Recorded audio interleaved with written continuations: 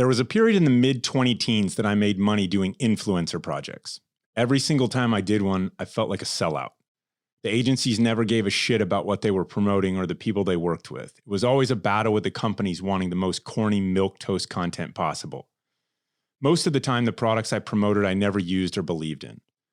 Hunter Thompson wrote an amazing piece in Playboy about a French Olympic skier turned producer-endorser that's about 40 years ahead of its time. It captures the vibe of product endorsements and social media influencers very well. With that said, my paid partnership work gave me the money to build my studio and set up a way to make money from that. I'm very thankful I had the opportunity to make money doing them, but for me, it really just didn't pencil out in the long run. Every time I did them, it made something that I should enjoy. Making videos and taking photos seemed like some form of academic punishment. I stopped doing them in 2016.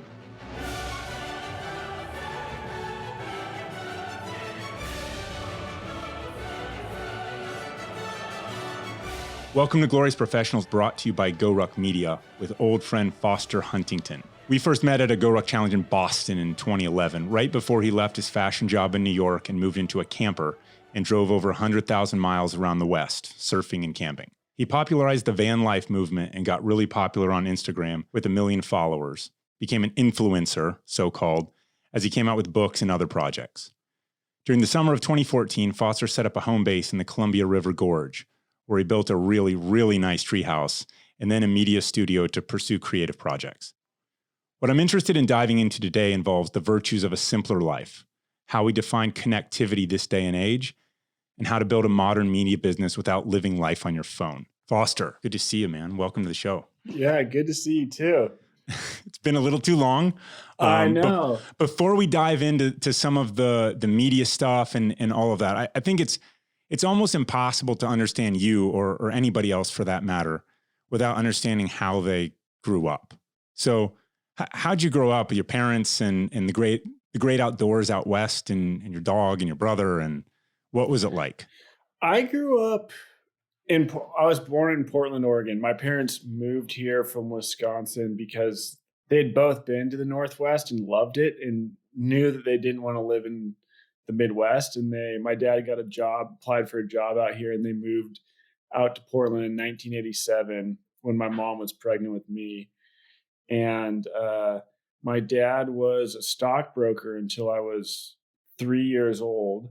And he just kind of had a mid-30s crisis and decided that he didn't want to do that anymore. So we moved out of Portland and moved 40 miles due east on the Columbia River Gorge in an area that's, I would say, pretty remote. Like the local school had 8 kids per grade. And it was it's a small logging community is really what it was. So what was life like? Like what were your chores as a kid? What did you do outside? We had chickens, and we lived on 25 acres that was really close to a national forest. So I was really into primitive skills. My parents were kind of like pretty hippy dippy in terms of, like we couldn't have dirt bikes. We didn't have a TV.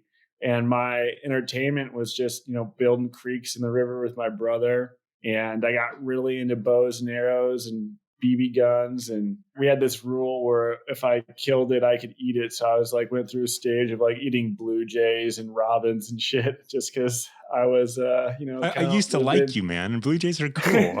I know. I feel like such an asshole now. I see blue jays and I'm like, they're so cool. But, when I was 8, 9 years old, I was with a BB gun going, but you didn't know any better, and my parents weren't going to tell me not to do it. So my parents were super into backpacking. That's kind of how I got into, rucking, for lack of a better term. It's just No, that's a good term, man. Yeah, it is a good term. And, for our vacations, we would go to the Grand Canyon and hike down in, or we did that twice. We were really close to the Pacific Crest Trail. So I grew up doing a bunch of hiking. And when I became a little more autonomous, I got really into snowboarding and skateboarding. And that's kind of what I did throughout high school. And when I was 11 years old, I got diagnosed with dyslexia. And at the time, neither my brother and I could really read. And I was in the 4th grade. My brother was in the 2nd grade. And we were just at this rural school that, where some incredibly low percentage of people actually ended up graduating from high school because it's just like a poor kind of rural community. And the schools weren't that good. And it was just, like, oh, I couldn't read when I was in first grade. I couldn't read when I was in second grade. It was like, oh, he'll learn. And then when I was in fourth grade, I got diagnosed with dyslexia that kind of really changed the impetus of my education because I just literally couldn't read and couldn't spell. I took like a battery of tests that showed that my like vocabulary and cognitive acumen was high, but my spelling and short-term memory retention were literally 10th percentile, which is like mentally handicapped level. So my brother and I started doing tutoring, and we switched schools, and in order for us to switch schools, we had to move back into the city. So I kind of grew up with this big dichotomy between living in a rural place and living in an urban place. So you needed extra educational help that was only in the city. Yeah, it was only in the city, and for a while, my parents would drive an hour before school. We'd drive an hour into Portland to do this kind of tutoring. And then we'd drive an hour back for school, and I'd show up 2 hours late. And we ended up just switching schools to a school in Portland, and we moved back into Portland and ended up graduating high school in 2006. And I just applied to a bunch of different colleges and got into one in Maine, and just wanted a different change. I wanted to see a new area and just kind of like get away from what I know. So I went, with having never visited Maine or really spent much time in New England, went to a college in Maine, just showed up in the fall. And I was just kind of like totally unprepared. I was academically prepared, but socially, I was just like, holy shit, this is a whole new world to me. I'd never thrown a football, and I go to New England and everyone's like, the Patriots, Tom Brady, it's like, that was like a language that was so foreign to me. Hey, so wait, real quick, let's go back. Yeah. What were the challenges like? And I, fast forward, I met you long before I knew any of this. And I just saw you were very comfortable with the ruck on. You were very comfortable in the mountains. You were very comfortable socially. You were very comfortable with a camera in your hands. But you had this struggle. You're not reading in fourth grade, and your parents have to sacrifice either driving time, to do these things from this lifestyle that they had chosen, and that was kind of the goal. And then you have to sort of migrate into the city. And oh, by the way, you need to start doing better in school. So there's kind of work attached to that. Like what were the difficulties for you and your brother and your parents? I mean, the difficulties were that my teachers thought I was mentally handicapped because I was just I couldn't spell anything. Like I remember they did this thing, I think it was maybe second grade, where they were like just basic spelling of words. And I remember I was like, I've always been into guns, but when I was a kid, I was like, a gun, and I spelled it J-U-N, and they're like, oh no, like you can't even spell a 3-letter word. Like, and that was just like the tip of the iceberg in terms of like my ability to spell. And I did fine in like a bunch of the classes, but just when it came time to like read out loud or like write stuff, it was just a travesty. And even in middle school and high school, when we were like reading out loud, it was something, or like if I'm reading out loud to my girlfriend, or if I have to do any kind of reading out loud, I get very kind of like embarrassed, and I read just really slowly till this day. Just, I'm sure some of it's like a stutter or something like that, where it's like you foresee it as a problem, but it's not actually a problem, So I had like a mental block there where I just read really slowly, and that kind of I was always really embarrassed about it, because it's this thing that's in modern society, if you are illiterate, that is impossible.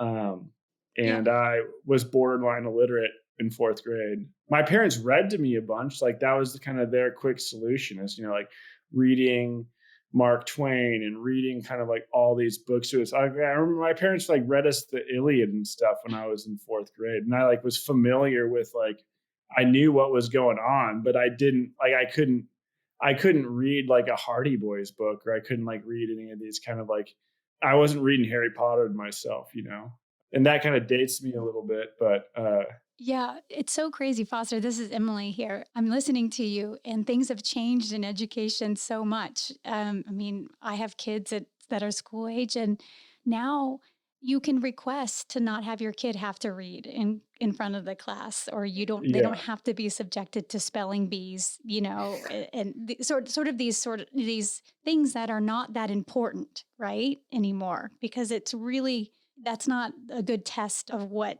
you need to do to be like publicly feel ashamed in front of the class, Yeah. So it's fascinating to hear that. I mean, your parents did a lot of the right things. They kept reading to you. I mean, now what is the importance of spelling now? Yeah, you exactly. know, and it's cool because it's like while you weren't worrying about those things, you were honing other skills that are as important or more. Which one? I don't think that's necessarily a good thing. Like that was, you got to have some kind of accountability. No, but if your kid is diagnosed as dyslexia, Yeah. and they are not up to the level that they need to be, and you're not able to send them to a special school or something, you can do these things where they get these accommodations that are, and I'm not saying like special snowflake kind of sort of stuff. I'm saying to Yeah. get Yeah. them to the level they need to be without hurting, them in other ways. But Definitely. yeah, I mean, some people might abuse it, but some people might need it, right? Sort of Yeah. thing. Definitely. And the class might be bigger than just, 7 other kids in the Yeah, class. exactly. It could be a ton. Yeah. I mean, just fast forwarding a little bit, like that was a hard process though, right? I mean, Yeah, it was really tough. And it's one of those things where there's no like getting out of it. It's like either it's very much like a sink or swim situation, and like, so when did it kind of click? I mean, like you say you were prepared when you moved to Maine to go to school. yeah. Like, at what point were you kind of like, okay, I can do this?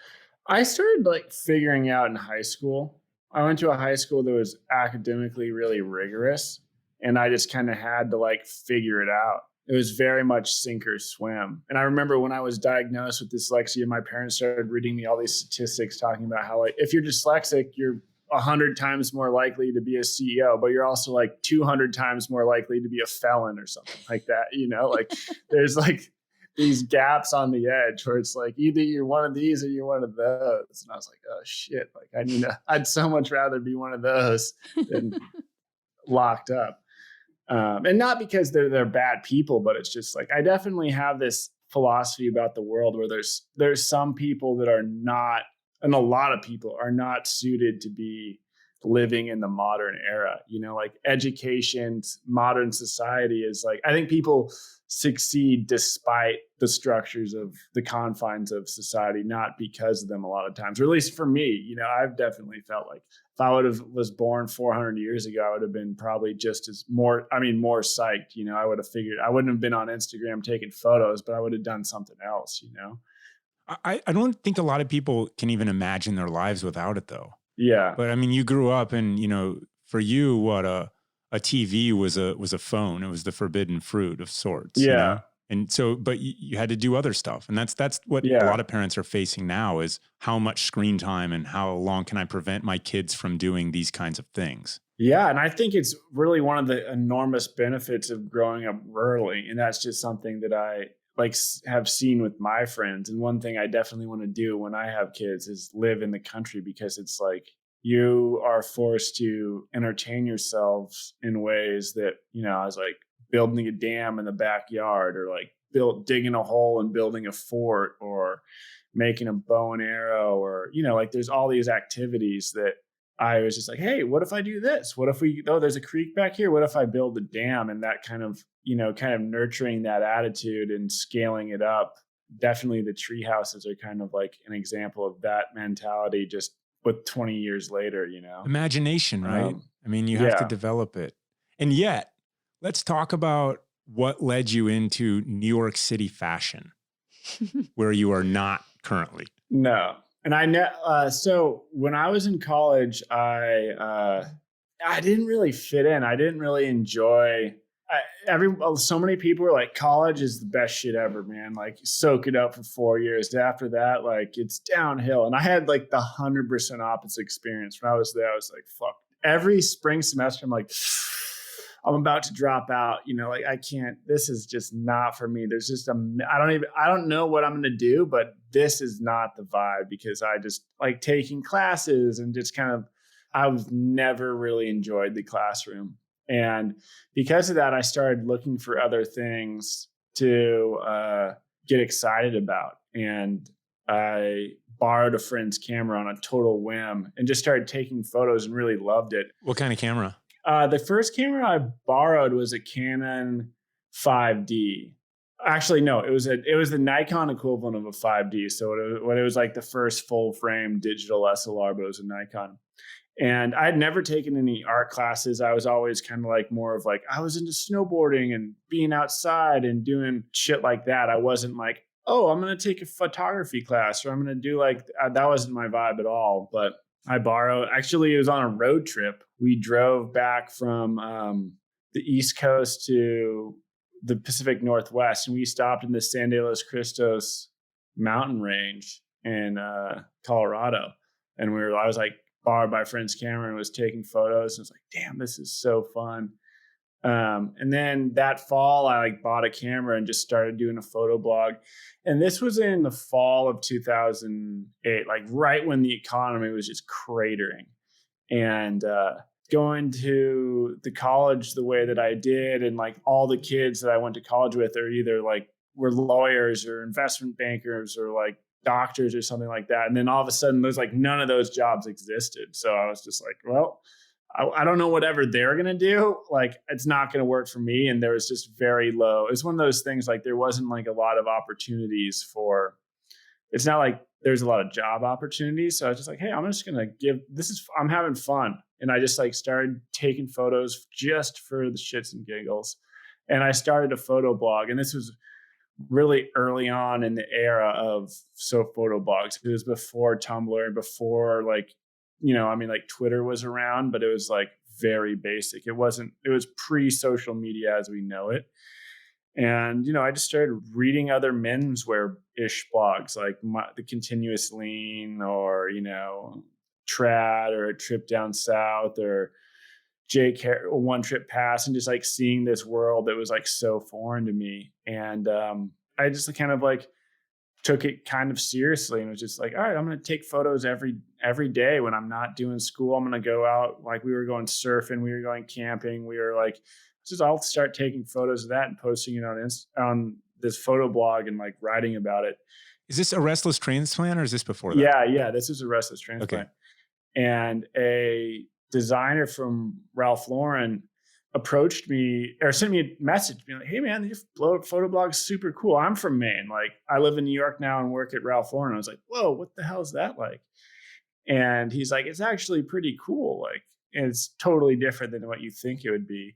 And he put me in touch with their men's design team. And the way that Ralph Lauren does design, they have like a technical designers who are like, making tech packs and working with factories and doing that. And then they have a conceptual design department where their people are just like working on design concepts for collections. And I got linked in with those folks, and they offered me an internship in New York. And I was like, well, that sounds pretty crazy. Like I wasn't a preppy kid. I wasn't into fashion. Like I didn't own a polo shirt, but I was like, I'll give it a go. And it seemed like, it was kind of like visually challenging to me in a way that was super cool. And the people that I worked with are not what you'd expect. It was like, none of them went to design school. Most of them were like there's like two guys that went to architecture school that like felt scrubbed out. And then like, none of them graduated from college. Actually, one did, but like, it wasn't like this kind of sellout, right? Yeah, exactly. Sellout. It wasn't like this thing where, they're like, oh, it's some fashion person. It was like, no, these people were like the only thing that like they had in common was they were all just super visual and very like observant, to the point where it was just like, they could just like see someone and they'd like make up their whole life around them. Be like, oh, if this person, like they probably live here and they probably drive this car, and they could just like kind of riff off these visual things that, like for men, because men's fashion is all about selling a lifestyle, so it's all about like orchestrating this lifestyle around these activities and these products, and then designing products that feel authentic in that story. So that's all we were doing. And that's what I loved. I didn't really love fashion, but I just loved like hanging out with these group of people and like doing these visual stories. And I did it for 2 years, and they offered me a job after my internship, but I was like, I'm going to go finish college and come back. And I came back and I did it for 2 years, but I just kind of was just like, I was just in my early 20s and had this kind of like dream job in a lot of ways. I was the youngest person to be on this design team ever. And just like, it was just like, we worked with Ralph Lauren, the guy, twice a week on stuff. And I was working like 70 hours a week, and it was cool, but it really wasn't scratching the itch that I wanted to scratch, just kind of growing up outdoors. And like, when I looked at my life, I was like, I just didn't view myself spending my 20s in an office picking sweater colors. That's not what I had thought my life would be about, and I kind of got dragged into it because it was just like, hey, like I was getting paid money. I had this, like, I was really good at it for the first time, I would say, in my life. I was ever like, I wasn't saying I was exceptional at it, but it came really naturally to me, where I could like instantly, they're like, oh, pick some cool colors and pick some clothes that fit into this. And I was like, boom, boom, boom. It was like second nature. Whereas like when I was in high school or college, even, it's like, oh, studying for a calculus test, like, fuck no, like I'd get a C minus, like I was like a C plus person, and then all of a sudden I found something I was like an A plus. I was an A student at this, or even better, where it's just it just came. And so that was kind of like really exciting for me, having struggled with so much stuff, like having to be like just like pound dirt trying to like figure out how to like write this essay or read this book or like study for a geology test. It was just like all of a sudden I could just do it. And that was kind of really enticing. Did you learn a lot of skills in that 2-year period that you use today, or did that just come on your own? Yeah, definitely. I mean, I learned it's all about like selling an idea. You like come up with this idea, and then you like figure out the best way to like, show people a visual idea in a way that people can get excited about, and I could go to bookstores and just buy whatever photo books I wanted, and just like, do a bunch of image research. And it's like, all right, I'll go to every bookstore in New York and like look at all their photo books and just like buy all these photo books and be like, mark them. And then we'd have like an assistant scan them and like, here's a bunch of cool photos. So I just like kind of refined my visual eye just by looking at, millions of photos all the time. And that was super helpful because it's like, and I was around all these really people with amazing eyes. So I just kind of just like through osmosis, like figured out what a good photo was, and like, or how to compose stuff, or I was like reverse engineering photography almost. It's just like, all right, here's a really cool photo. Yeah, weren't you a judge for Nat Geo at some Yeah. point? I saw a Yeah. post that you had, and you said something about looking at all these books and learning like what appealed to you and how that influenced A you. couple of years ago, I was a judge for a Nat Geo Travel Photo of the Year. But I mean, I just kind of learned that way. But it wasn't really like itching the scratch that I had.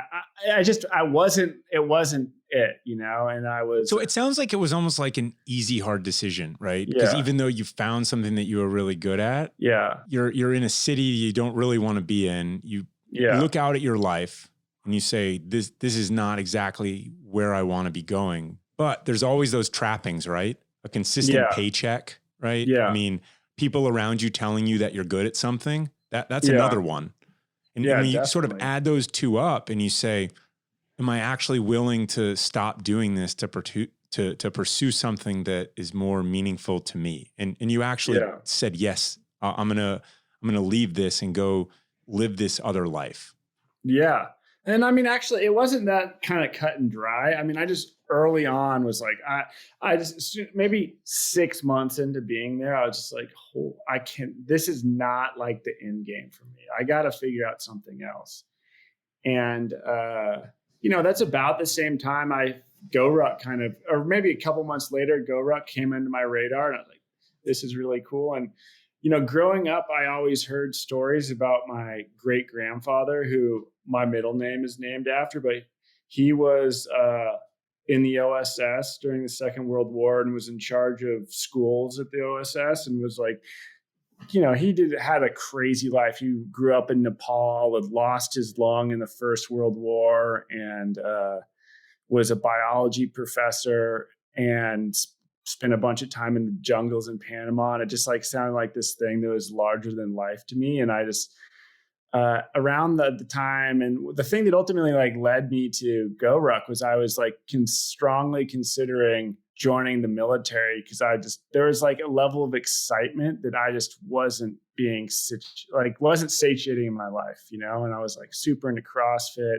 And I remember I was just like saw GoRuck, and this was early on. I think it was like the first video. I saw the video of GoRuck in New York, and it had like that classical song, I was like, this is fucking, like this seems badass. Yeah. So we'll link to it, but yeah, it was, the meet point, and we're actually at the 10-year anniversary of that later this year. But the meet point was up at Columbus Circle, and I had them. Yeah. There was a whole big class out there. Is that the one I was at? Yeah, that's the one she was at. And we had this joke because, Em and I, it's been kind of a funny, awesome thing that we've had. It was like, it's so cool. Even your ex-wife wants to do it with you. She was officially my ex-wife when she did class 003, this one. But there was like this check-in process, and we had this big stack of bricks.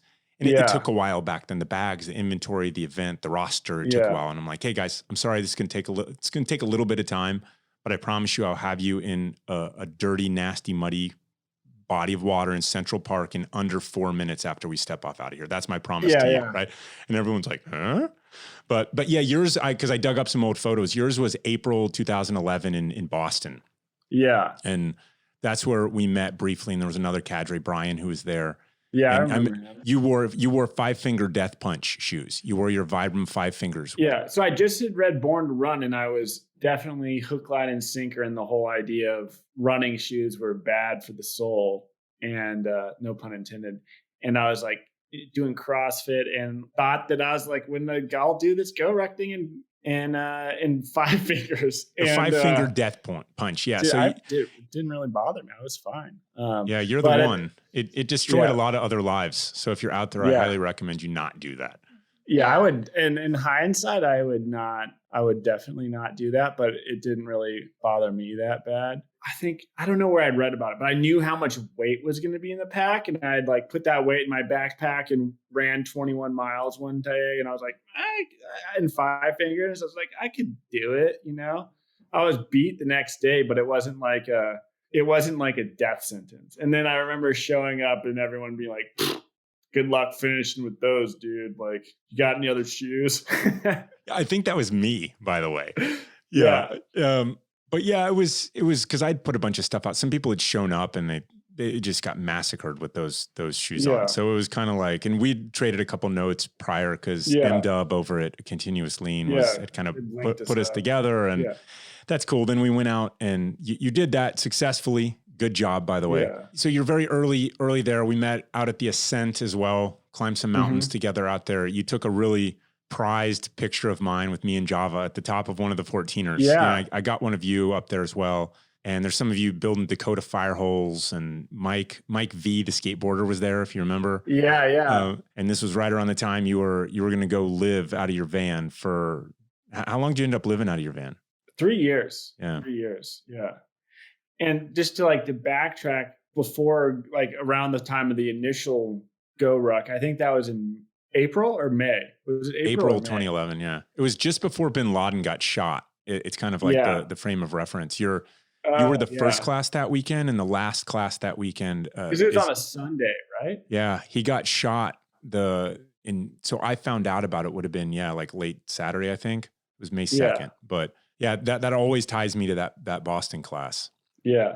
So at about that time, I had realized at that point that I was like, hey, I want to do something drastic with my life in order to I need to do something drastic. I was looking into joining the military. I was like, I'm going to do something like that, or I'm going to really try to make it go as a photographer, because I'm not sitting in my office doing all this. Was like hearing everyone talk about these things that to me just held the level of seriousness that people approached the issues they were talking about. I just couldn't get my mind around. I could get excited about parts of the job, but I just couldn't I couldn't do that for 20 years, you know, and everyone I worked with was older than me by like 10 years. So I was just like, there's no way I could kind of continue this. So I had the idea to just start this photo project documenting the things that people would take if their house was burning.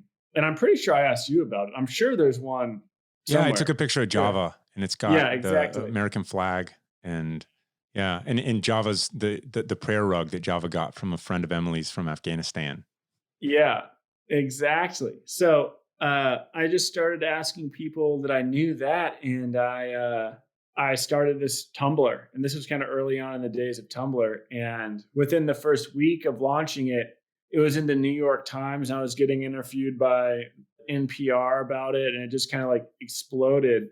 People were submitting from all over the world. It was pretty wild, just kind of like watching it all happen. And then like based on like having a blog at that point, and then all of a sudden like this blog was getting like 200 times what my photo blog was getting, like in the first week, I was like, wow, like this will probably change my life forever in some, you know, like it will set me on a different path. So Foster, how does this happen? Like, did it just go viral? Was there Yeah. was there like old press connections? I mean, how? No, it literally, I mean, I had like some friends, like I think Michael Williams posted a link to it. I posted on all my photo blogs, but it's one of those things with the internet where I've had like two things really go viral in my life. And this was one of them where it was just like, it just spread beyond, you couldn't really, it just spread like the Rona, you know, it just like proliferated into the world. And you just, you know, like I got it into an airport, and the next thing you know, it's everywhere in the world. And it's funny because like people think there's like this method to the madness of getting people to see a lot of their stuff, and I'm sure there is. You know, like you can like check all these boxes and get these people, but sometimes there's just something that just, you know, some things will just like get caught by the wind and really go. And this was one of those instances. You know, right place, right time, kind of right structure. And I got approached by HarperCollins to turn it into a photo book. And I remember like kind of talking to the editor and them like throwing out an offer for the advance that was more than I was making in a year at my job. And I was like, all right, I'm done. Like this is curtains on this. And I took the advance and bought a van. And I remember I had like signed up for another Go Ruck, and I was like, hey man, I'm leaving. I'm not going to be around for this. And you're like, come to Colorado. I like told you what I was going to do. And that was like actually one of the first trips I did was, you know, I left my job and flew back to Portland and did a bunch of work on my van, like getting it set up. And then the first trip I did was I drove down to Colorado with my brother. We took like 2 weeks getting there and did a bunch of we did a couple nights of backpacking and fished and just hung out. And then we did the ascent, which was a super good time. And so to me, like when I think that whole period of life of 2011 was one of the best times of my life for sure. And also one of the most transformative, because social media was at this stage where people were just kind of doing it. It was like companies weren't using it as this marketing tool yet.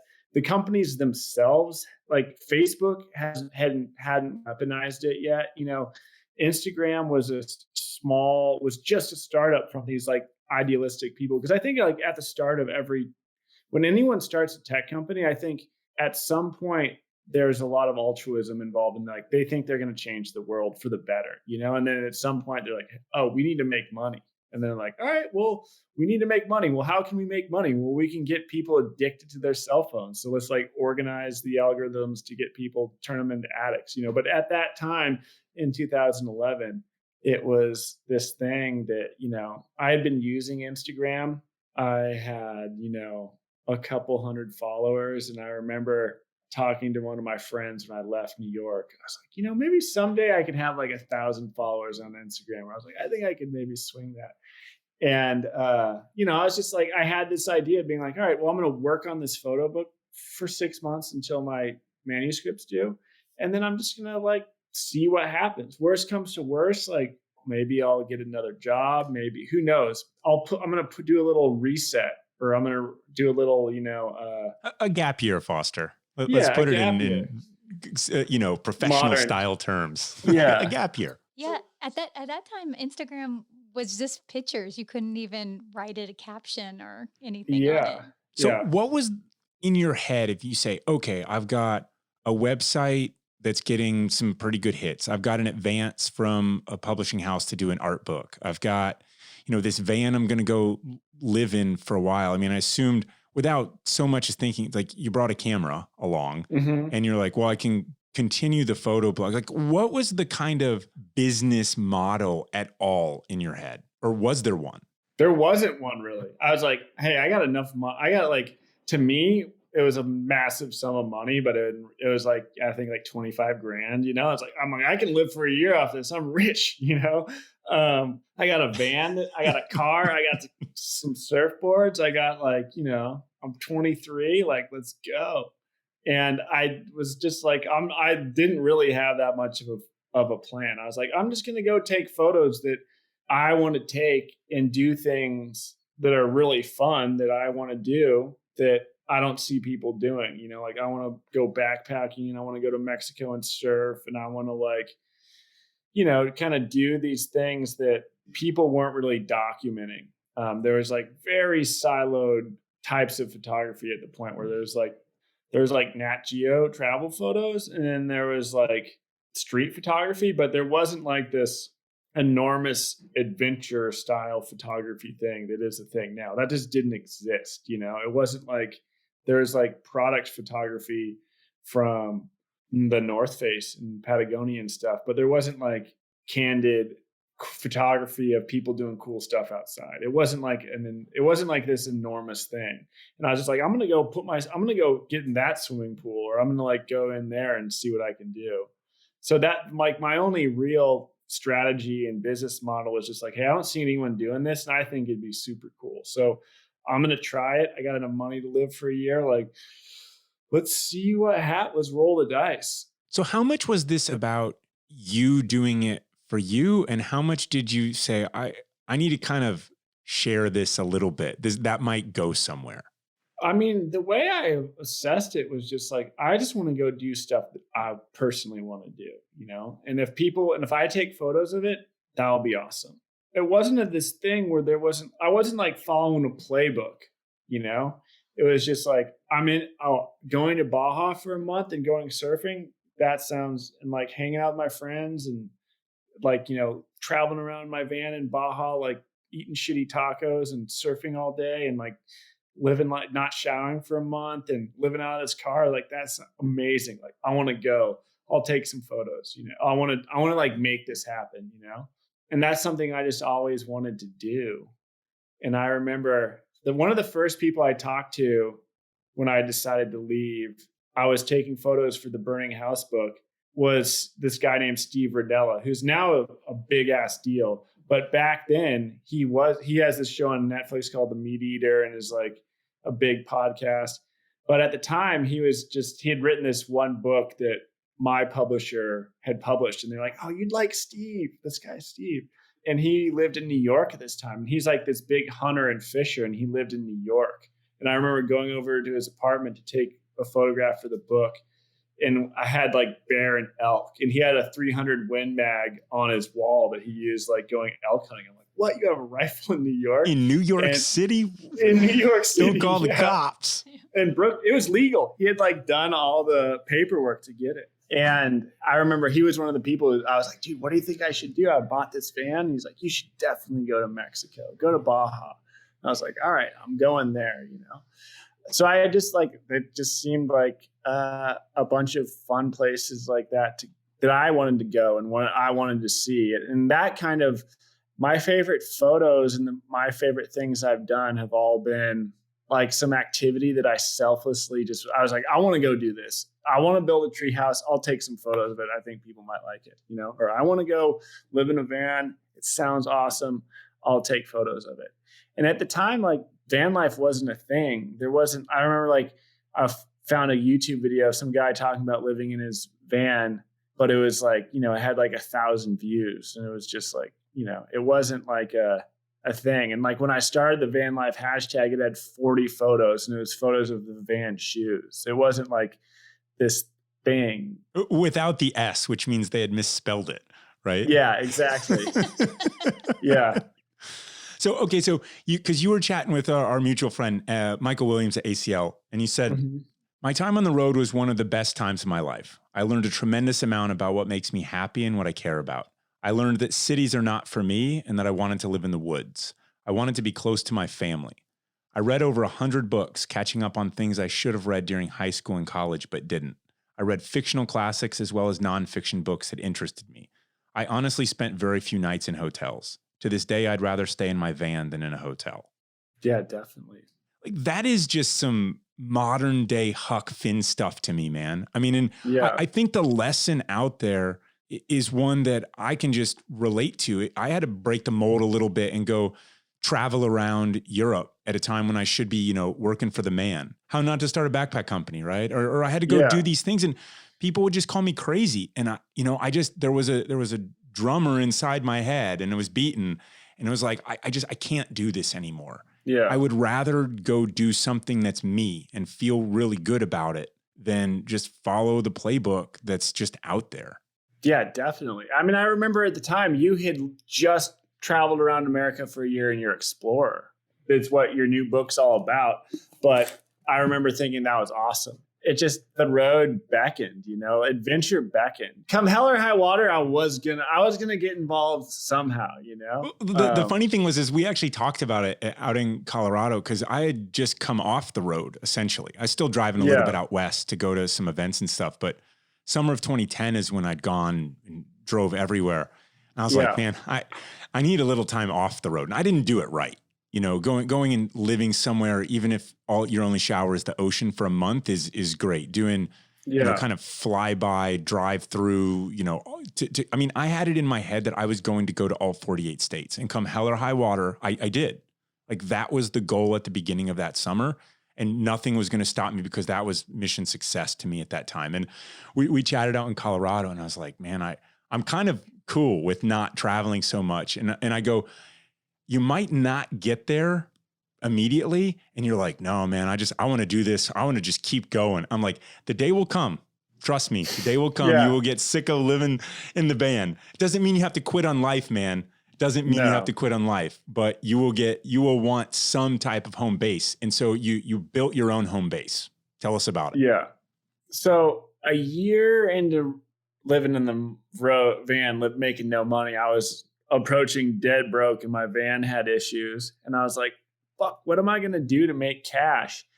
And this guy that I knew, who I'd taken some photos for when he worked at Urban Outfitters, had since left and moved to Ventura, California, and was creative director at Patagonia. And at the time, this was in like May of 2012.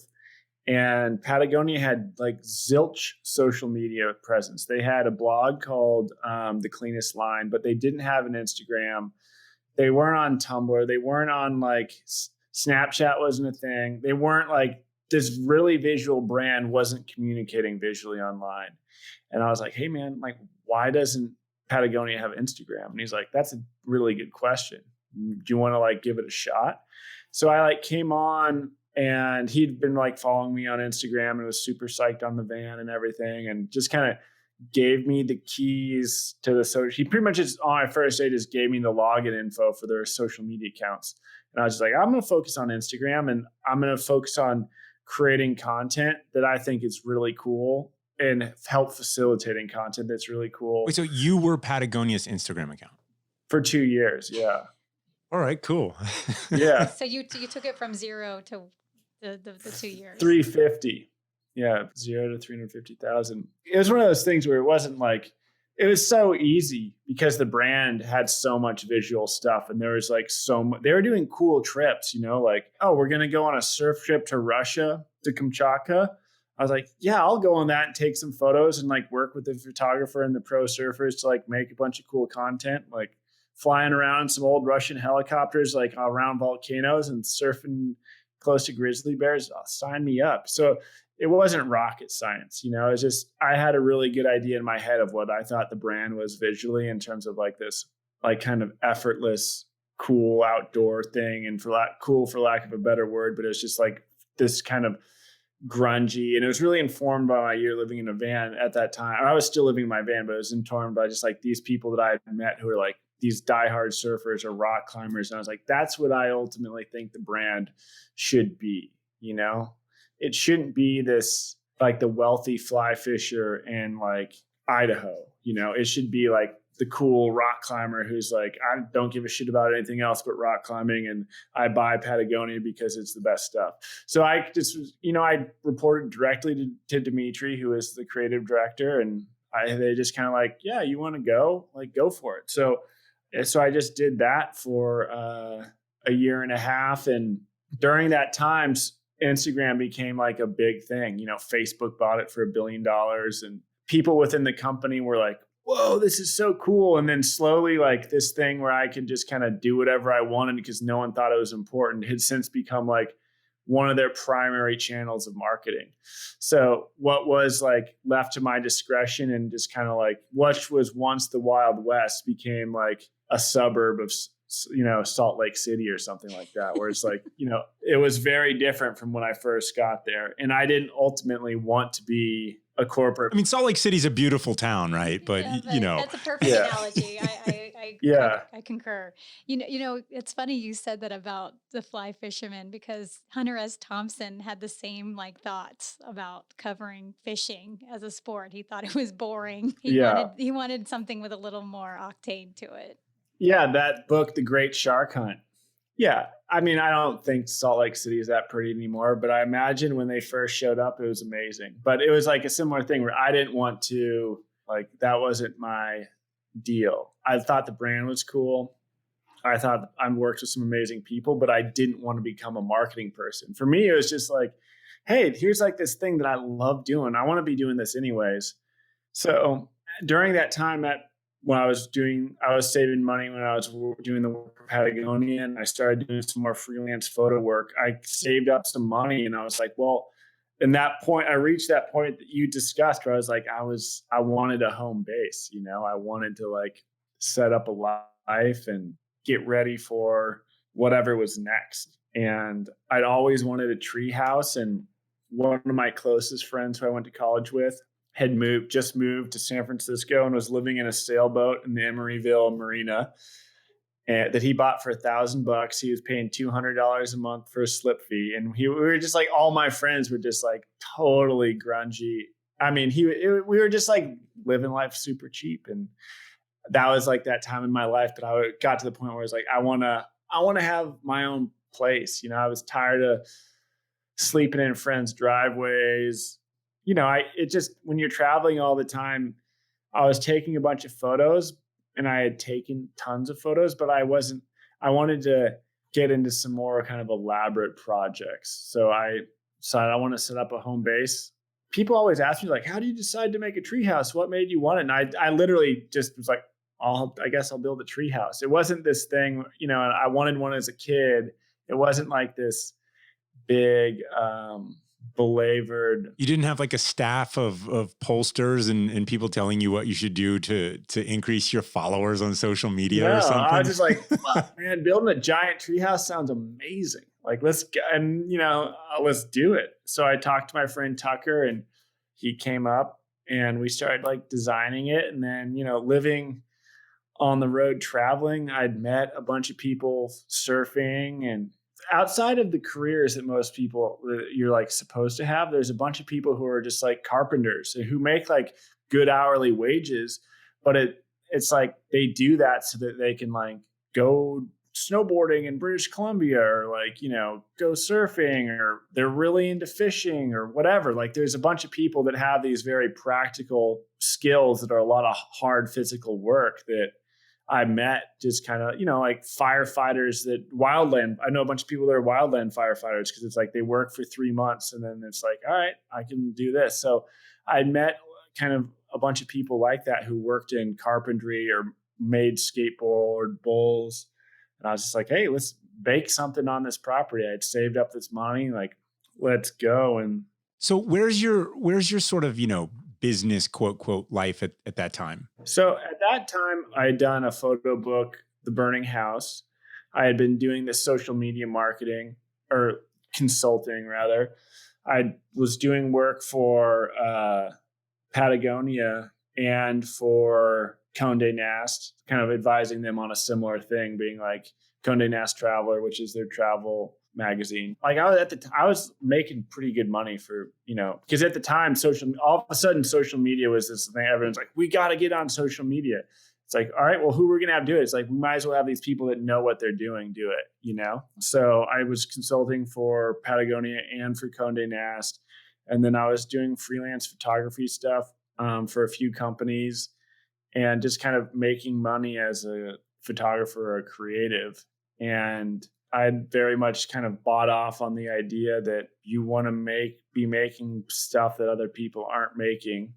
Oftentimes there's a reason that other people aren't making it, but if you can make really compelling content that other people aren't making, it's going to work out. So when did you start, so I haven't told you this, but we would go out in a process that I never enjoyed and still don't. And we would go to, marketing people who are outside of our little ecosystem, and they would send you this pitch and they'd give you this list of names and all these people that they had in their, back pocket, so to say, and this person, and they'd list out all their metrics. And I mean, you know this story, right? Yeah. And occasionally your name would pop up on that. And I'm like, oh, cool. You're going to get Foster to take pictures for us and post them all over his shit. And I'm kind of like, it'd probably be easier if I just called Foster, but I kind of felt bad about the whole process. I really didn't want to call you and say, hey, go take a picture of this and go put it on your whatever. And I knew deep down that you didn't feel good about it either. Yeah. So before I started doing the tree houses, I would say from when I first really became aware that influencer stuff was a very lucrative thing, or could be lucrative, or was even a business, was in probably late 2014. I just kind of saw some people that I followed on Instagram that started posting stuff for Apple, and I was like, seems pretty sweet. So I, reached out to them, but hold on one second. I got to let my dog out. Okay, Foster, I want to break. What kind of dog is Juma? Gemma is a Cocker Spaniel. Gemma's a Cocker Spaniel. Okay, so because if somebody's listening to this, they kind of don't know what kind of, we'll show them some pictures and they'll probably look at your stuff and be like, oh, this is really cool.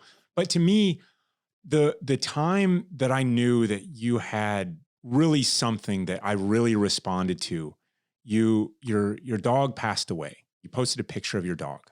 You had dug a hole with your brother in the backyard, I think, and you'd buried your dog. And this is a time when Java was around, and Java was basically everything to me in my life at that time. Yeah. And so this was from a note that you sent to me, because we traded a couple notes. It was after the ascent and stuff. It says, I grew up in the area where there weren't a lot of kids my age, so I spent a lot of time with my brother and our dog. He helped us build forts and was a constant companion. He was a big dog, around 100 pounds, and my brother and I would ride around on his back. I'm just glad that my brother and I both happened to be in the area when he had his stroke. More so than graduating from college, breaking up with my first serious girlfriend, burying him marked an end to an era. On the day we put him down, I could easily pick him up from my van and put him in that hole that my brother and I dug. Life's all about good things and bad things. I took that photo and decided to post about it because life is gritty. Those things need to be remembered. I look forward to getting a new dog, but need some time. Yeah, man, I remember that. It gives me chills. It was about this time 9 years ago. Yeah, I love dogs. Yeah. So anyway, it's one of those things where, we're connecting a lot of dots here, if you will. But you happen to get sort of found to get a job at Polo in New York City because you started a blog, right? A photo blog at the right time. And that's cool. You obviously had an eye for it. You had a photo blog and you kind of got discovered of sorts, but then you had to show up and you did the job really well. And you made a lot of contacts. You realized it wasn't for you, but you took what was good about it that you really enjoyed.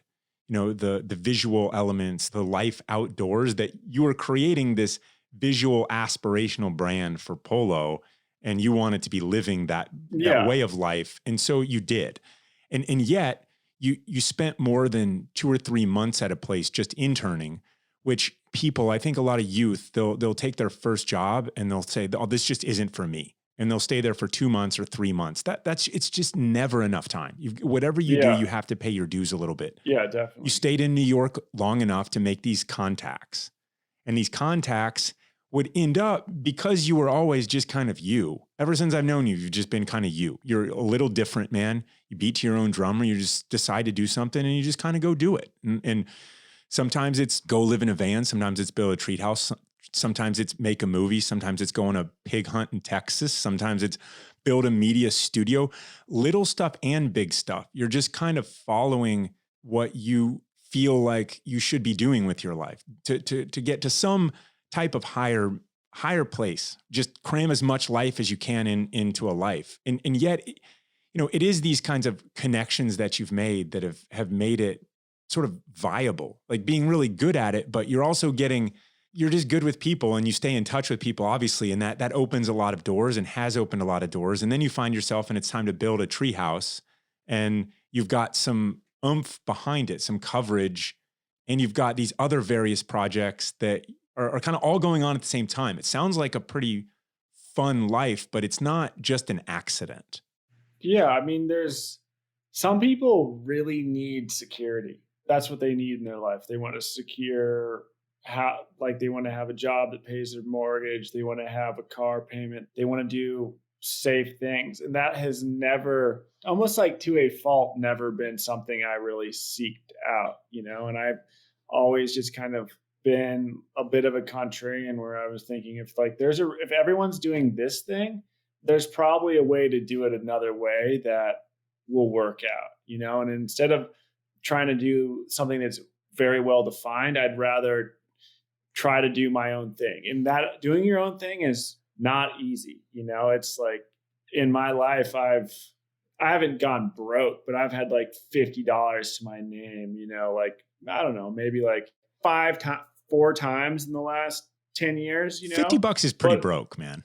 Yeah. I mean, it could be a lot worse. You could be a shitload in debt, but I've been like, I've believed in myself, and been very stubborn and followed like my sense of smell to be like, I think this is going to work. And it especially with like the stop motion studio, like when I started doing the stop motion studio, I had this idea that, hey, everyone's doing CGI and I don't want to be a traveling photographer traveling for my entire life, because your whole source of income is only linked to how much you can travel. And at some point I'm going to want to have a kid and a wife, and I want to have a family, and I don't want to be gone 300 days a year. So I probably will need to figure out a way to make money and do things that I want to do that doesn't involve traveling around. So because like after I finished the Treehouse, I had this idea to buy an old sailboat and totally retrofit it, rebuild it, and sail around, a good portion of the world with a bunch of friends. And I was like, this would be amazing. Sail Life, a new hashtag by Sail Foster Life. Huntington. Yeah. And then I started thinking about it, and I realized that if I did that, I would be kind of walking down this path where the only way I could make money was by kind of continuing to try to like one up myself and do these traveling things. Where it's like, well, you lived in a van, then you built a treehouse, and then you built a sailboat, and then like, what's next? Like fly around in a blimp. Like I didn't want to like kind of David Blaine myself. So I had the idea of like, well, what if I started trying to focus on things that weren't necessarily real, or if I started making films or making shorts, or like doing things where I could kind of generate a world or build a world or do something that visually very different, or something that resembled reality that clearly wasn't. Because at the time with media online, Instagram being an influencer was so prevalent, and everyone was doing these like clearly things that no one in their right mind would do as real, but they're trying to like sell it off as real. Like the obvious example is like the tent on like some spire, it's like no one would fucking sleep there in a trillion years, or like kind of the girls topless in the back of a van with the sunset in the background. It's like, that's not real. This is never real. And to me, it's just like the emperor had no clothes. Like the cool thing about social media is it's a window into a world. who's to say that that window has to be real, you know? And it's clearly isn't real because none of this shit is actually happening. It's all just an act. So I had the idea of to start doing my studio as a way to be able to just make things that I wanted to make, you know, like a rabbit talking or stop motion skateboarding piece or this sci-fi film I'm developing. And it was a big gamble. You know, I took pretty much all the money I had. And I kind of saw the writing on the wall being like, hey, with social media, the this influencer thing is going to be dead because Facebook owns this, Google owns this. Right now, influencers are making money because these influencers give access to a brand to an audience. Facebook is not going to like that in the long run because Facebook ultimately wants to control that access. So I was like, this is like going the way of the dodo. This is not going to be around. So I was like, I don't want to have my whole world set up to rely on these two social media companies, Google or Facebook, you know. And as like an influencer, your whole life revolves around like where some people are typing in some algorithms on how content's, you know, delivered to people. And I just did not want that to be my reality. So I was like, well, I'm going to build something where I'm less tied into that process. I can make stuff that I know has value because no one else is doing it, which is very short-sighted, but it ended up working out. But in terms of, I wanted to be able to make my own content that no one else could make from a technical perspective, or very few people could make, but then also would allow me to tell stories that weren't necessarily real where there is no pretense that ever was real, if that makes sense. Oh yeah, I get it. It's like, you know, you can't top yourself in reality and you're growing up, and it's like, you still want to do it on your terms. Yeah. And I think it's cool. So what's the kind of updated business model, if you will? So and I was struggling. That's what I was saying. Like I was struggling for years because, you know, as a director or photographer, these companies want people to make stuff for them. And like a normal way a director or a filmmaker or a photographer makes money is by like bidding jobs at like said company. It's like, I don't want to have to bid jobs because that's just like a race to the bottom, you know? I want to be able to do things that very few people can do. And if they don't want that, that's totally fine. But if they do want that, like I want to be able to control the terms more. And for years, you know, I was just out there in my fishing boat being like, I'm not coming in, you know, and I would like, some people would be like, well, let's come in a little bit. I was like, all right. And then it wouldn't work out. So like, I didn't get any commercial work. And at that point I had stopped doing influencer work because I was like every time I did it, I'd be like, I felt like, you know, I was selling some cure-all. Like what was the worst? What was rock bottom for you in that world? The worst thing I did or the worst thing that I like said no to?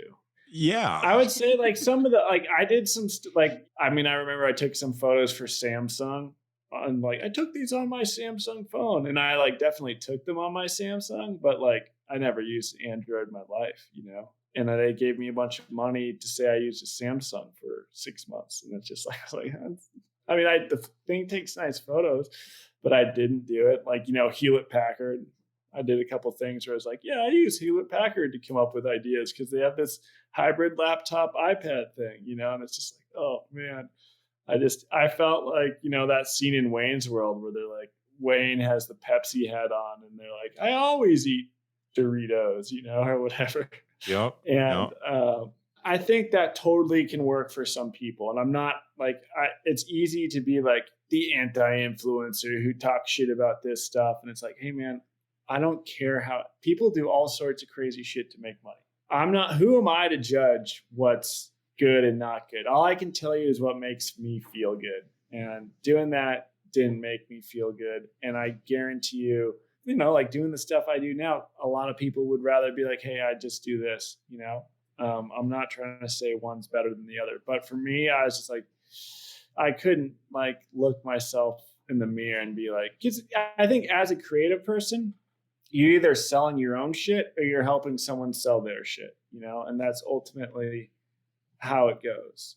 So what's next? So when you've got this studio, you invested a lot into it. Yeah. And what are you most passionate about? You got a documentary coming out. You got a book coming out. New photo book coming out. Yeah, I'm working on. We shot a proof of concept for a sci-fi film that I'll send you offline that you can check out. But I just want to, I want to just continue to do stuff that keeps me excited, that lets me capture some of that excitement of the inner 8 or 9 year old.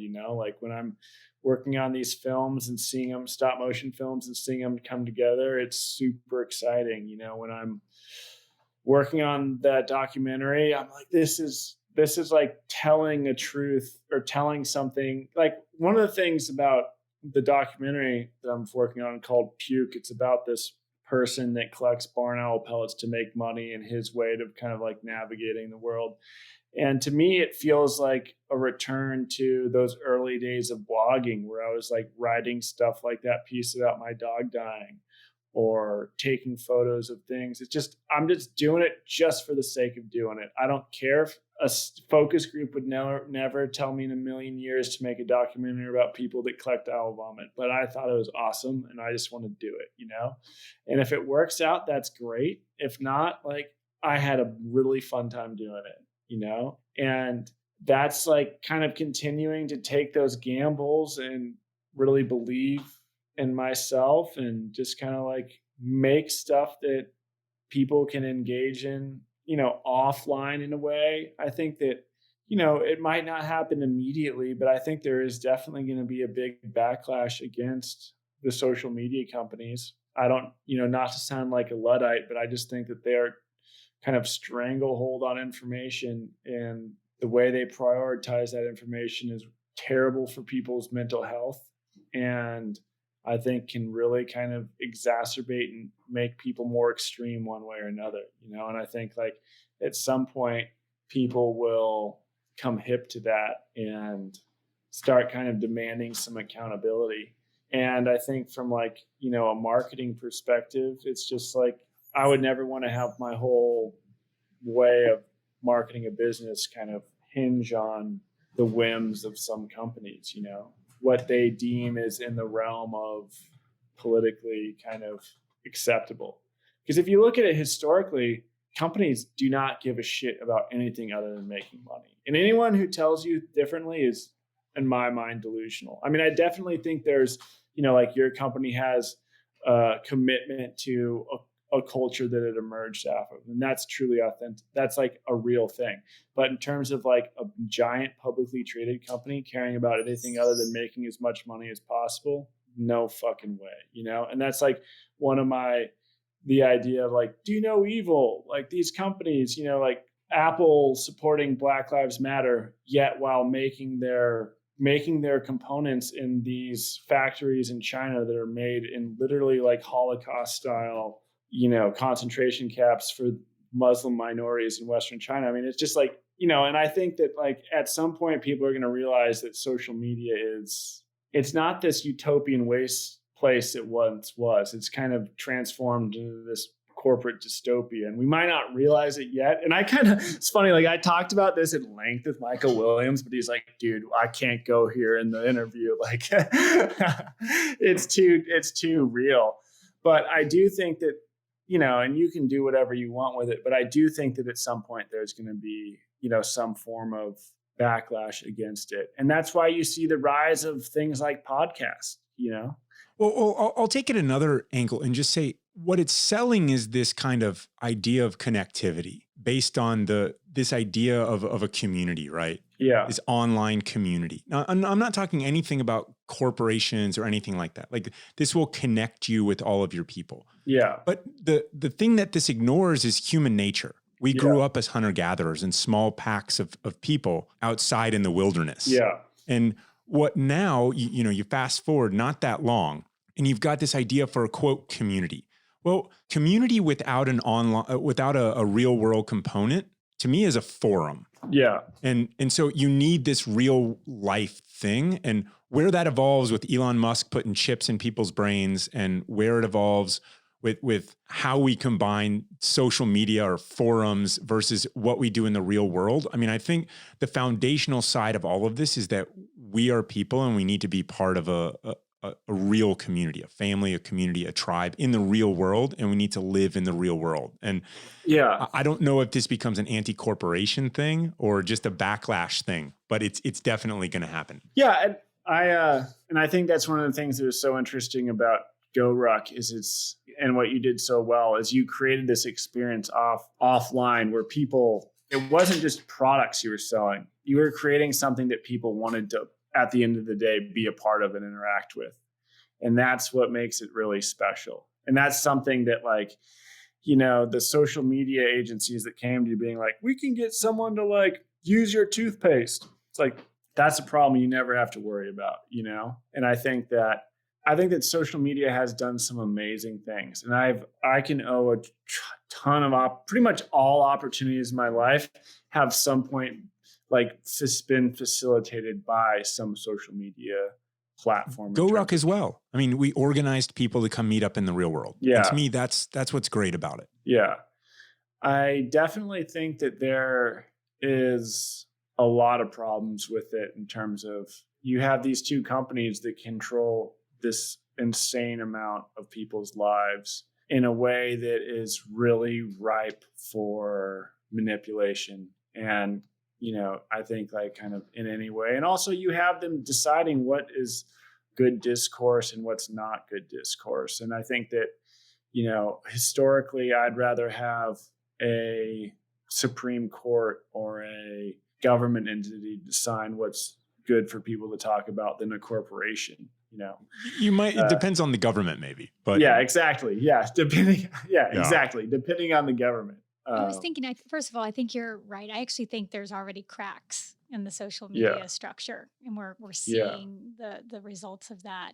But I wanted to tell you that I was looking on your Instagram. I really enjoyed the stop motion on the Call of the Wild, and it actually I got onto our public library and checked it out for my daughter. So I was like, oh, I'd forgotten about that book. It's so good. But I was thinking, I also looked at some people you had tagged in your photos. Just sorry, creeping a little bit, but I couldn't help but notice some similarities with like your mom's feed and your dad's feed, and like I can see like how you've been influenced by them. Like, your dad has all these nice pictures of nature, and your mom, out in rural areas, and it's just really cool. So, yes, you go really far back. It starts like at home, right? With your family and those influences. And I think, what I really loved about that one question you answered about your life on the road is that it inspired you to want to live closer to home. Yeah. And I can relate to that. And I think a lot of people can. It's why it's so important to get out of your comfort zone and see the world and adventure. But like you realized at that point, you like to be where you were from. Yeah, I mean, not necessarily where I'm from, but just in terms of being around my family. Yeah. Because I think that, my mom is like one of my biggest inspirations every day. My mom builds houses and she's just out there, she wakes up as often before I do and, is just out there making shit. She's 60 years old. And, my dad also a huge inspiration to me. So I just think that, and family is this thing. And in the age of technology, finding unconditional love and unconditional support is very rare because people will love you if they agree with everything you say. But if you say something they don't agree with, nope, sorry, later, And with family, it's about so much more than that. And I think that, it is about having those experiences offline that are just, you're doing them for the sake of doing them. And it's just like a much more human, for lack of a better word, And I think that to me, being around family and close friends, yeah, Gemma wants to play Kong. That means everything, whether it's my girlfriend or my brother. Actually, my brother lives in Berlin now, but just like my mom, my dad, my really close friends, like it's really important to me to be around those. I like having that more than I like being close to like a really nice restaurant, I'm cool to end literally right there because you just basically answered it. It's sort of, what would be your advice to someone who's at that state in their life where they don't know what's next? They don't know how to get there. Maybe there's a lot of pressure on them. They're young. They just graduated from college. It's a changed world. There's a virus floating around. There's still expectations to be successful. It's a difficult time when you find yourself in that stage. And a lot of people, that stage continues and continues and continues. And what's your advice? I think, everyone's totally different. And what makes people different, what makes me happy is very different than what makes a lot of other people happy. But I will say that the happiest times in my life is when I have, really cut back on expenses, got like foregone luxuries, and just really focused on achieving a goal that I wanted and that I believed in, and kind of like riding through the rapids until you get to the other side, and just kind of doing it for the sake of doing it. Like when I lived in my van, I just had a really low overhead and really focused on that. And then when I was starting, and not by any stretch of the imagination saying that I've made it as a filmmaker, but I'm making a living as a filmmaker now. And I just was like 3-4 years ago, I was like, hey, I'm going to do this. And I'm in this this is going to take a couple of years, and I'm just going to like do everything I can to get there in a way. It's going to take a while. I got to like stock up, and I'm not going to like have a fancy car, and I'm not going to do that. Like, what can I do to get there? And when that moment, and like, there's really tough times, like I said, I've, $50 in my bank account and stuff like that. And, breakups and the whole nine. But then like, when you ultimately get there and you've been able to like, you realize like, hey, that crazy ass idea that I had that I thought would work ended up working. And riding that path brings happiness to me. Not actually achieving the success or having like the physical material benefits, but just like the process of believing in yourself, following that through, and then realizing it's going to work. That to me is the happiest thing. And I think that people need to be understanding of the idea that what that is different for a bunch of people, and don't be afraid of like doing something that other people are not. Well, Foster, I'm really glad you got another dog, man. That's yeah, me too. I went back and in show prep, I just sort of dug around some old notes that we traded, and I came across that one. I got goosebumps when I first read it. I got goosebumps when I read it here, and it was really cool to see.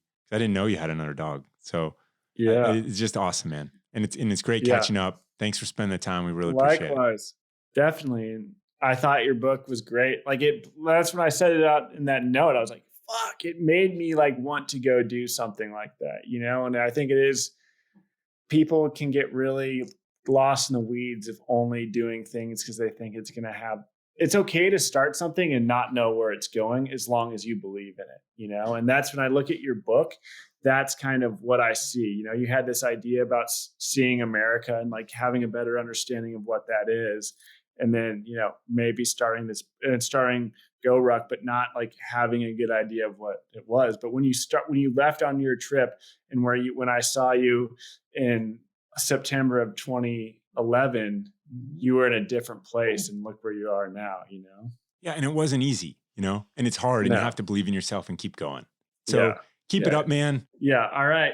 Sorry about my dog. Jimmo, could you apologize? No, it's so cool. She's cute. That's awesome, man. All right. All right. Thanks, Foster. Appreciate the time. All right. See ya. Bye. All right, so you had never met Foster. We were on a little break when I hung out with Foster for a few times a long time ago now.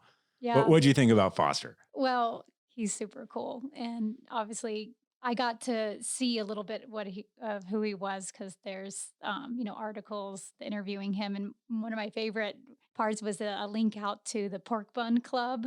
I was like, what is this? And it was actually just, I think, a group of his friends. Maybe that's what they called themselves. And there's a little clip in the Continuous Lean interview that shows him winning a drinking contest in some restaurant. And it's pretty impressive how he chugged that beer. I mean, respect. His buddy had like a several second lead on him while Foster was unbuttoning his shirt or something. And I was watching, and I was like, there's no way he's going to smoke him. And then, because that was the title of the video, like Foster smokes, his friend. And it was really funny. So yeah, I've heard about him through you, and I've always wondered who took that picture of you in Java on that 14er, and now it's like makes sense because it's such a great picture that Oh, the he took. Patagonia photographer that, Yeah, took pictures for the years Condé and Nast years. travel guy. Yeah, Yeah. Who chose the Nat Geographic, yeah, best travel yes, photo of the year. It's like, damn, Foster, give it to yourself to pick that one. yeah, right. um, but look, I think, Foster it's a little bit different than some of the people that we've had on in the past, which we welcome here on Glorious Professionals. And I think that the overarching lesson, and we went a little bit long, which is cool. The overarching lesson that Foster provides, Foster's an old soul. Yeah, I knew that from the second I met him, not getting stressed out or frustrated at either the Go Ruck Challenge or the Ascent. The first Ascent was multiple 14ers in Colorado with, we put everyone on caloric restrictive diets as well. I mean, it was like meant to be very austere, and he was just very comfortable. mm-hmm. And it was one of those things. He came to me and he goes, "Hey man, I'm really having a good time here. This is awesome, right? This is right up my alley." He goes, "But you're almost on the verge of a mutiny with some of these people. They weren't really expecting." Well, he was the one that told you all that, of this, yeah. And so he was just very, and then he's almost 10 years younger, Mm-hmm. and he's just very calm and chill about it. And so look, Foster, part of it is he got a little bit of Forrest Gump in him, right? Where he's in the right place at the right time. But the other part is that, if you keep following the direction where you're true to yourself, you got to keep checking in on yourself and just do more stuff. Start the blog, quit your job, go live out of a van for a year, go, build a treehouse, go, start a media studio, just keep doing stuff, stay moving forward. I mean, you know how this is. He's telling you not inauthentically. He's just telling the high points, right? Because that's what we want to hear about. But if you really sit down, you can. He didn't get into it as much as he probably could have. But there was rough times when it probably would have been easy to say, "Oh, give up. This isn't gonna." How many times it really is just the hard work and luck just this coincide. And I think the point was that you said, he didn't just wasn't just a flash in the pan in New York, right? He actually spent some time, developed some relationships, and those ended up, being fruitful down the line. They opened some doors, and it was a combination of his talent and perseverance and hard work with these other, connections. And like you said, he wasn't just someone who just wanted to do his work. He would hang out with people and get to know them and, understand their life, document it. I mean, the big point about this, I actually think there's a lot of cool people doing cool things in this world, and he talked about people in, sort of unconventional jobs. But it's a rare person that can document it and document it well. And something I always learned in my past profession is that if it was not written down, it didn't happen.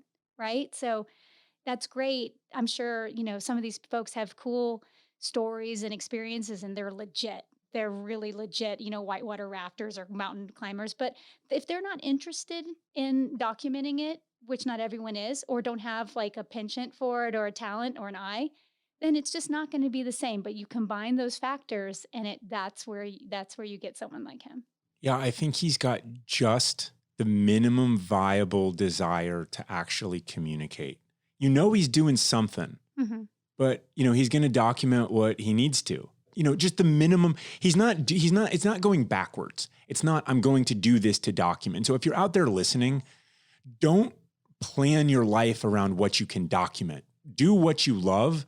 And if you want to communicate that more, then that's cool. Do that. And that's the sweet spot that I think he's really found. Yes, that's what everyone is looking for, right? But the problem is I'm not sure everyone is looking for that, or they don't know what they're looking I think they for. want that inherently, but they force it. You hear about these stories about, people renting jets so they can stage photos in there. Like that is not, and these are just regular people. They're not doing it for a company. Like all of a sudden that you're going to build a house made out of sand, right? And you can tell, I think, when people are building foundations made out of something more. So this is why, he goes away for a couple years and builds a media studio in the same property, right? I mean, you can't just keep chasing the next post. you have to be a little bit ahead of it. And I agree with him. The influencer model, it's going to die. It is very, very inflated right now. There's not a true estimate that I can deduce about where the value is coming from. And the attribution model is nobody wants to be accountable. When someone is an influencer, you go through all of this stuff and you say, well, how can you be accountable for any results? And it's never that. It's always the media itself is this valuable. This is what it costs. And, there's a lot of people making pretty good money right now doing that. And there's a lot more people coming in chasing the same stuff that they heard their friends are making. And it's not sustainable. It's not sustainable from a business perspective. And ultimately the businesses have to write the checks. Yeah. It's going to catch up. And so it'll be interesting to see how it plays out. In Foster's case, I think you've got someone he's going to be ahead of the power curve, whatever that power curve might be. He might not hit a home run with everything, but he's going to keep after it. And that's really cool.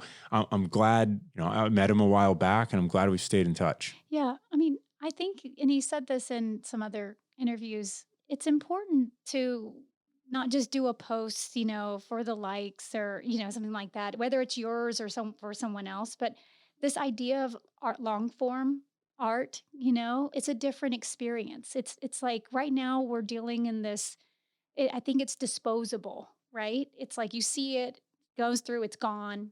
I do actually think that there's kind of high form of memeing. I actually think that exists. I've laughed at it, and I have a little folder on my phone for the memes I think are really funny that I want to keep, But in general, it's not sort of You're bearing your soul here now. No, huh? I'm just saying, like, I just don't. I'm not going to just denigrate a whole new art form just because I'm older and may not understand it, right? As fully as the people that are creating it. That being said, I do think in general, it's copying, it's taking someone else's work and putting a funny, caption to it or something. And it's not, it's not the same as something long form, it's not we're not talking Sistine Chapel kind of level stuff here, or, a great film, and so it's really cool to see him go back to where he was from, to be around his family and friends and really hunker down and get more creative there and start to say, I mean, I really thought it was cool. I don't want to just keep one-upping myself. And he said a blimp, and I actually was thinking like outer space, but a blimp probably would have been the next logical step. But yeah, I think different sort of guests than we usually have, but there's a lot of the same sort of, values at play. All right. Well, we appreciate your listening to all of you who are out there. If you've enjoyed this, please tell your friends about it. This is a labor of love of ours. And yet it lets us connect with people that we've not been in touch with for too long. It lets us find some new people who are out there with really interesting stuff to share their stories about. We hope you get some inspiration from Glorious Professionals Podcast, and we hope you tell your friends about it. Oh yeah. Emily said, make sure to review it in the App Store. We really, really appreciate it.